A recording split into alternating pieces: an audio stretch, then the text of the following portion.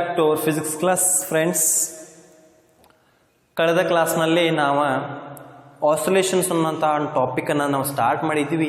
ಅದರೊಳಗಡೆ ಪಿರಿಯಾಡಿಕ್ ಮೋಷನನ್ನು ಕಲ್ತಿದ್ದೀವಿ, ಎಕ್ಸಾಂಪಲ್ಸ್ ನೋಡಿದ್ದೀವಿ, ಆಸಿಲೇಟರಿ ಮೋಷನ್ ಬಗ್ಗೆ ಕಲ್ತಿದ್ದೀವಿ, examples and some definitions which are very much important as far as your second PUC is concerned. Those are nothing but we can say mean position, displacement, period, frequency and amplitude.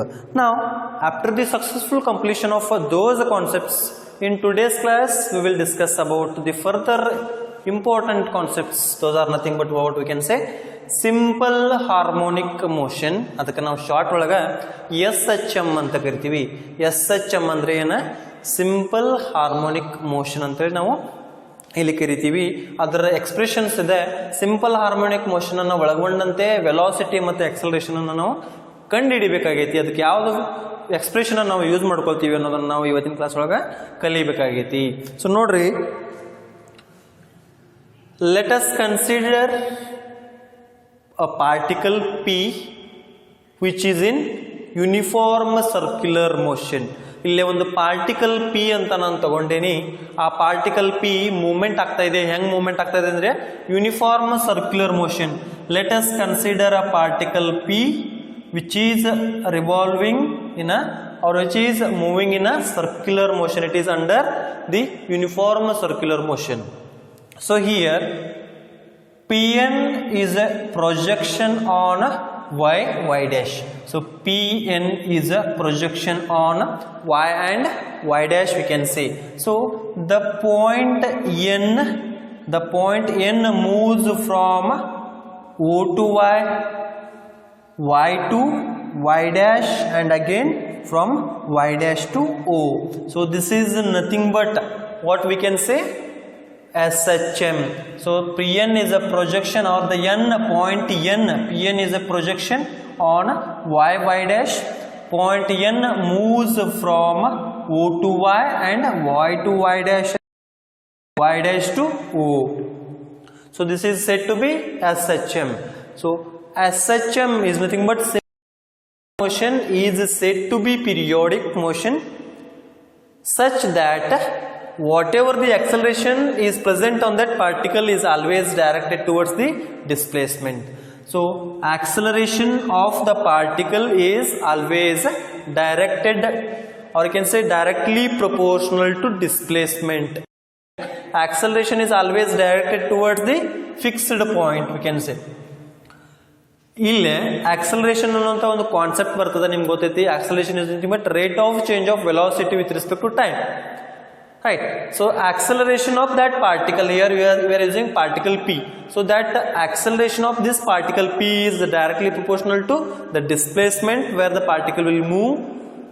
And second point is what? Acceleration is always directed towards the point. ಇದು acceleration ಯಾವಾಗಲೂ ಏನು ಮಾಡ್ತದೆ ಅಂದ್ರೆ directed ಒಂದು fixed point ಏನು ನಾವು ಇಲ್ಲಿ ತಗೊಂಡಿರ್ತೀವಲ್ಲ O ಅಂತೇಳಿ ಅದು ಆಗ್ತಾ ಇರ್ತದೆ. will revolve around the fixed point. ಇದನ್ನು ನಾವು SHM ಅಂತ ಹೇಳ್ತೀವಿ, ಸಿಂಪಲ್ ಹಾರ್ಮೋನಿಕ್ ಮೋಷನ್ ಅಂತ ನಾವಲ್ಲಿ ಹೇಳ್ಬಹುದಾ. ಈ ಸಿಂಪಲ್ ಹಾರ್ಮೋನಿಕ್ ಮೋಷನ್ ಅನ್ನ ನಾವು ಮ್ಯಾಥಮೆಟಿಕಲ್ ಆದ್ರೆ ಹೆಂಗ್ ನೋಡ್ಬೇಕಾ?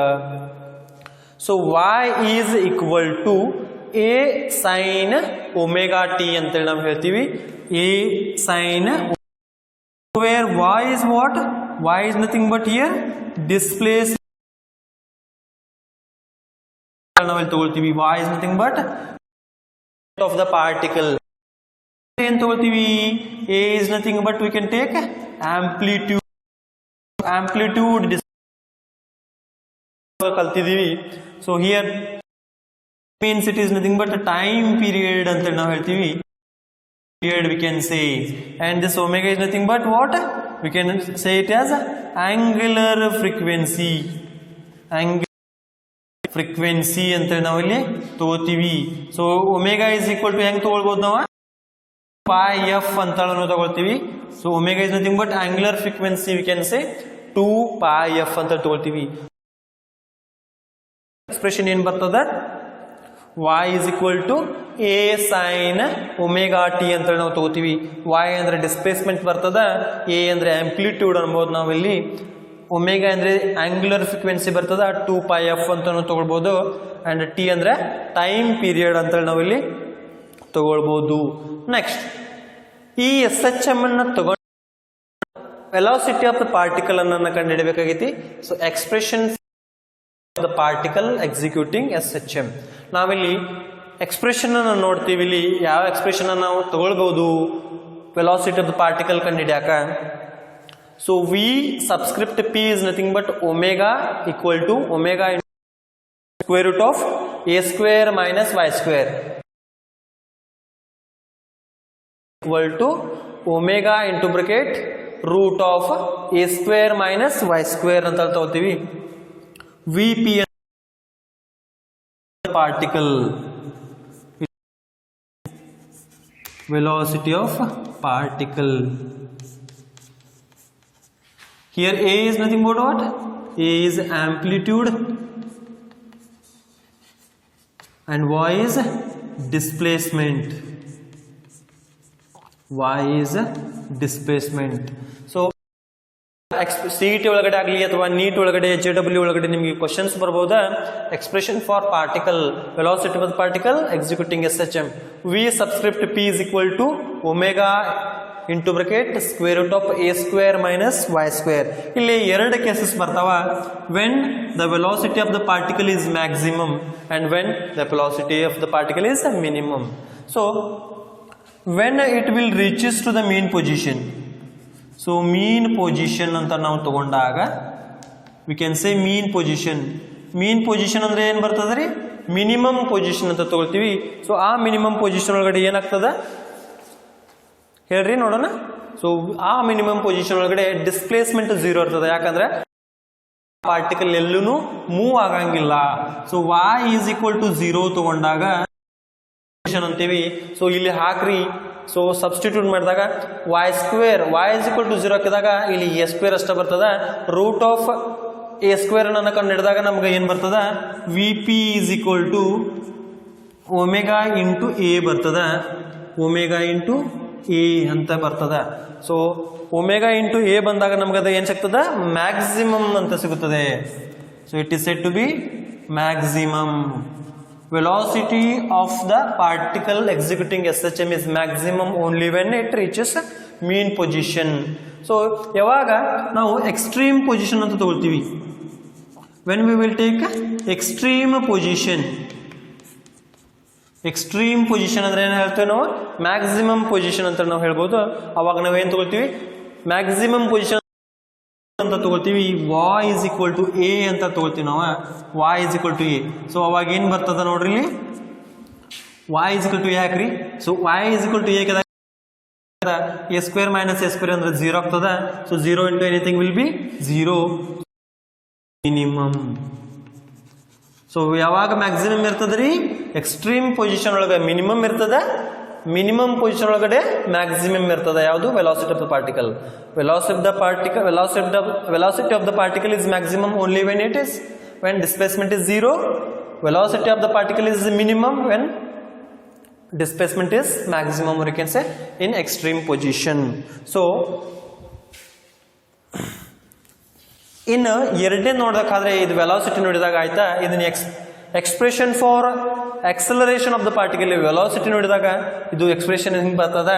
ಇನ್ನು acceleration of the particle ನೋಡಿದಾಗ a ಸಬ್ಸ್ಕ್ರಿಪ್ಟ್ p ಬರ್ತದೆ. ಅಂದ್ರೆ acceleration of the particle ಅಂತ ಬರ್ತದೆ. It is given by minus omega square into y. ಇಲ್ಲಿ ಒಮೆಗಾ ಅಂದ್ರೆ ನಿಮ್ಗೆ ಗೊತ್ತದ ಆಂಗ್ಯುಲರ್ ಫ್ರೀಕ್ವೆನ್ಸಿ ಅಂತ ಬರ್ತದ್ರಿ. y ಅಂದ್ರೆ ಡಿಸ್ಪ್ಲೇಸ್ಮೆಂಟ್ ಅಂತ ಬರ್ತದೆ. It is nothing but angular frequency ಅಂತ ನಾವು ತೋಳ್ತೀವಿ. This is nothing but what we can say displacement. Displacement ಅಂತ ತೋಳ್ತೀವಿ. ಇಲ್ಲಿನೂ ಎರಡು ಕಂಡೀಷನ್ಸ್ ಬರ್ತಾವ. CET ಒಳಗಡೆ ಆಗಲಿ ಅಥವಾ ನಿಮ್ಗೆ ಮುಂದಿನ ಎಕ್ಸಾಮ್ಸ್ ಒಳಗಡೆ ಹೆಲ್ಪ್ ಆಗ್ತಾವ. When velocity of the particle is maximum, when acceleration of the particle is maximum and when acceleration of the particle is minimum ಅಂತ ನಾವಿಲ್ಲಿ ನೋಡಬಹುದು. ಸೊ ಈ ಕಂಡೀಷನ್ಸ್ ಹೇಳ್ರಿ. ಸೇಮ್ ಕಂಡೀಷನ್ ಆಗಲೇ ಅಪ್ಲೈ ಮಾಡಿದಲ್ಲ ಹಂಗೆ ಮೀನ್ ಪೊಸಿಷನ್ ಅಂತ ತಗೊಂಡಾಗ ಅಲ್ಲಿ ಯಾವುದೇ ಡಿಸ್ಪ್ಲೇಸ್ಮೆಂಟ್ ಆಗಂಗಿಲ್ಲ. So mean position y is equal to 0 ಹಾಕ್ಬೇಕಾ. So y is equal to 0 ಹಾಕಿದಾಗ ಏನು ಬರ್ತದ, ಸೊ ನೋಡ್ರಿ y is equal to 0 ಹಾಕಿದಾಗ ಇದೆಲ್ಲಾನು 0 ಆಗ್ತದೆ. So 0 into anything will be 0. It is nothing but minimum. in extreme position ಒಳಗಡೆ ಏನಾಗ್ತದೆ ರೀ, in extreme position we can say, in extreme position y is equal to a ಅಂತ ಹಾಕ್ತೀವಿ.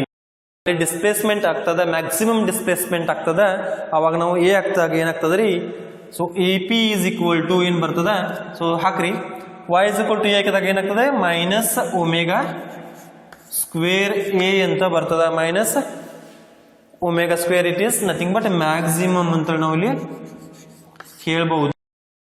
ಇವೆಲ್ಲನೂ conditions ಕೇಳ್ತಾರೆ. When it is maximum, when it is minimum in case of velocity of the system. ಅದಾದ ನಂತರ acceleration of the particle executing SHM ಒಳಗಡೆ ಯಾವಾಗ acceleration of the particle minimum ಇರ್ತದೆ, acceleration of the particle ಯಾವಾಗ maximum ಇರ್ತದೆ ಅಂತ ಅವ್ರು ಕೇಳ್ತಾರೆ ಕ್ವಶನ್ಸ್. ಈ ರೀತಿಯಾಗಿ ಅವ್ರು ಏನು ಮಾಡ್ತಾರೆ, ನಮ್ಗೆ ಕ್ವಶನ್ಸ್ ಅನ್ನ ಕೇಳ್ತಾರ. To this corona pandemic year ನೀವು ಎಲ್ಲರೂ ಸ್ಟೂಡೆಂಟ್ಸ್ ಪ್ರಮೋಟ್ ಆಗಿದ್ದೀರಿ, ನಿಮ್ಗೆ ಯಾರಿಗೂ ಎಕ್ಸಾಮ್ ಆಗಿಲ್ಲ, ಹಂಗಂತ ನೀವು ಸ್ಟಡಿಯನ್ನ ಡಿಸ್ಕಂಟಿನ್ಯೂ ಮಾಡಕ್ ಹೋಗ್ಬೇಡ್ರಿ. ಆಗಿರುವಂಥ ಟಾಪಿಕ್ಸ್ ಅನ್ನು, ಈ ಟಾಪಿಕ್ಸ್ ಅನ್ನು ನೀವು ಸ್ಲೋ ಆಗಿ ಹೊಂದ್ಕೊಂತ ಹೋಗ್ರಿ. ನಿಮ್ಗೆ ಎಕ್ಸಾಮ್ಸ್ ಆಗದೆ ಇದ್ರೂ ಮುಂದೆ ಇವೆಲ್ಲಾನು PUC ಒಳಗಡೆ ಬೇಕಾಗ್ತಾವ. ಆ ಸೆಕೆಂಡ್ ಇಯರ್ PUC ಒಳಗಡೆ ಬೇಕಾಗುವಂಥ ಕಾನ್ಸೆಪ್ಟ್ಸ್ ಅನ್ನ ನಾವು ಬ್ರಿಡ್ಜ್ ಕೋರ್ಸ್ ಅಂತ ಹೇಳಿ ಇಲ್ಲಿಗೆ ಇಂಟ್ರೊಡ್ಯೂಸ್, ಈಗೇನು ಟೀಚ್ ಮಾಡ್ತಾ ಇದ್ದೀನಲ್ಲ ನಾನು, ಅವೆಲ್ಲಾನು ನೀವು ಟಾಪಿಕ್ ನೇಮ್ ಹಾಕಿ ಒಂದಾದ ನಂತರ ಒಂದು ಕಾನ್ಸೆಪ್ಟ್ಸ್ಗಳನ್ನು ನಿಮ್ಮ ನೋಟ್ಸ್ ಒಳಗಡೆ ಬರೀರಿ. ಯಾವಾಗ ಕಾಲೇಜ್ ಸ್ಟಾರ್ಟ್ ಆಗ್ತದಲ್ಲ ನಾವು ನೋಡ್ತೀವಿ, ನಿಮ್ಗೆ ಏನಾದರೂ ಡೌಟ್ಸ್ ಇದ್ದು ಅಂದರೆ ನಾವೇನು ಮಾಡ್ತೀವಿ ಕ್ಲಿಯರಿಫೈ ಮಾಡಿ ಅದರ ನೆಕ್ಸ್ಟ್ PUC ಸೆಕೆಂಡ್ ಇಯರ್ ಸಿಲೆಬಸ್ಸನ್ನು ನಾವು ಸ್ಟಾರ್ಟ್ ಮಾಡ್ತೀವಿ. ಅದಕ್ಕಿಂತ ಮುಂಚೆ ಇವೆಲ್ಲನೂ ನಾವು ಕ್ಲಿಯರ್ ಮಾಡ್ಕೊಂಡನ ಮುಂದೆ ನಾವು ಸೆಕೆಂಡ್ ಇಯರ್ PUC ಸಿಲೆಬಸ್ಸನ್ನು ಸ್ಟಾರ್ಟ್ ಮಾಡ್ತೀವಿ ಅಂತಲೇ ನಾವು ಏನು ಮಾಡ್ತೀವಿ ಬ್ರಿಡ್ಜ್ ಕೋರ್ಸ್ ಅಂತೇಳಿ ಇವಾಗ ನಾವು ಸ್ಟಾರ್ಟ್ ಮಾಡೀವಿ ಫಿಸಿಕ್ಸ್ ಡಿಪಾರ್ಟ್ಮೆಂಟ್ ಕಡೆಯಿಂದ. ನೀವೆಲ್ಲನೂ ನಮಗೆ 12ನೇ ಟಾಪಿಕ್ ತನ ಅಂದರೆ ಥರ್ಮೋಡೈನಾಮಿಕ್ಸ್ ತನ ನಿಮ್ಗೆ ಕಂಪ್ಲೀಟ್ ಆಗೈತಿ ಸಿಲೆಬಸ್. ಆಸಿಲೇಷನ್ಸ್ ಮತ್ತು ವೇವ್ಸ್ ಅನ್ನುವಂಥ 2 ಟಾಪಿಕ್ಸ್ ಒಳಗಡೆ ಬರುವಂಥ ಕೆಲವೊಂದು ಕಾನ್ಸೆಪ್ಟ್ಸು ಸೆಕೆಂಡ್ ಇಯರ್ PUC ಒಳಗಡೆ ಹೆಲ್ಪ್ ಆಗ್ತಾವ. ಅದ್ರ ಸಲುವಾಗಿ ನಾನು ನಿಮ್ಗೆ ಎಲ್ಲನೂ ಟೀಚ್ ಮಾಡ್ತಾ ಇದ್ದೀನಿ. ನೋಟ್ಸ್ ಮಾಡ್ಕೊಳ್ರಿ. ಯಾರಿಗೆ ನಿಮ್ಗೆ ಡೌಟ್ ಬರ್ತದಲ್ಲ, ನಾವು ವಾಟ್ಸಪ್ ಒಳಗಡೆ ನೀವು ಮೆಸೇಜ್ ಥ್ರೂ ಅಥವಾ ನೀವು ಕಾಲ್ ಮಾಡ್ಕೊಂಡು ನನಗೆ ಕ್ವಶನ್ಸನ್ನು ಕೇಳಿ ಕ್ಲಾರಿಫೈ ಮಾಡ್ಕೊಳ್ಬೋದು ಅಂತ ನಾನಿಲ್ಲಿ ಹೇಳ್ತೀನಿ. ಚೆನ್ನಾಗಿ ಓದ್ರಿ ಸ್ಟೂಡೆಂಟ್ಸ್. ಇದು ಸೆಕೆಂಡ್ ಇಯರ್ ಭಾಳ ಇಂಪಾರ್ಟೆಂಟ್ ನಿಮ್ಗೆ. ಇನ್ನು ನೀವು ಸೆಕೆಂಡ್ ಇಯರ್ ಬರ್ತಾ ಇದ್ದೀರಿ. ಫಸ್ಟ್ ಇಯರ್ ನಿಮ್ಗೆ ಪ್ಯಾಂಡಮಿಕ್ ಸಲುವಾಗಿ ಡಿಸ್ಕಂಟಿನ್ಯೂ ಆಗಿದ್ರು ಈ ವರ್ಷ ಚೆನ್ನಾಗಿ ಓದಿ ನೀವು ಮತ್ತೆ ಕವರ್ ಮಾಡ್ಕೊಳ್ಬೋದು. ಇವತ್ತಿನ ಕ್ಲಾಸನ್ನು ಎಂಡ್ ಅಪ್ ಮಾಡ್ತಾ ಇದ್ದೀನಿ. ಮುಂದಿನ ಕ್ಲಾಸ್ ಒಳಗಡೆ ಇದ್ರ ಮುಂದಿನ ಕಾನ್ಸೆಪ್ಟ್ಸನ್ನು ನಾವು ಕಲಿಯೋಣ.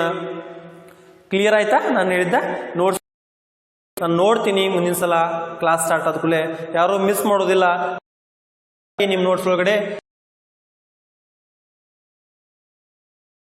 ಕ್ವಶನ್ ಹಾಕ್ರಿ, ನಾನು ನಿಮ್ಗೆ ಆನ್ಸರ್ ಮಾಡ್ತೀನಿ, ಅಥವಾ ಕಾಲ್ ಮಾಡಿರಿ ನನಗೆ, ನಾನು ನಿಮ್ಗೆ ಕ್ಲಾರಿಫೈ ಮಾಡ್ತೀನಿ ಅಂತ ಹೇಳಿ ಹೇಳ್ತೀನಿ.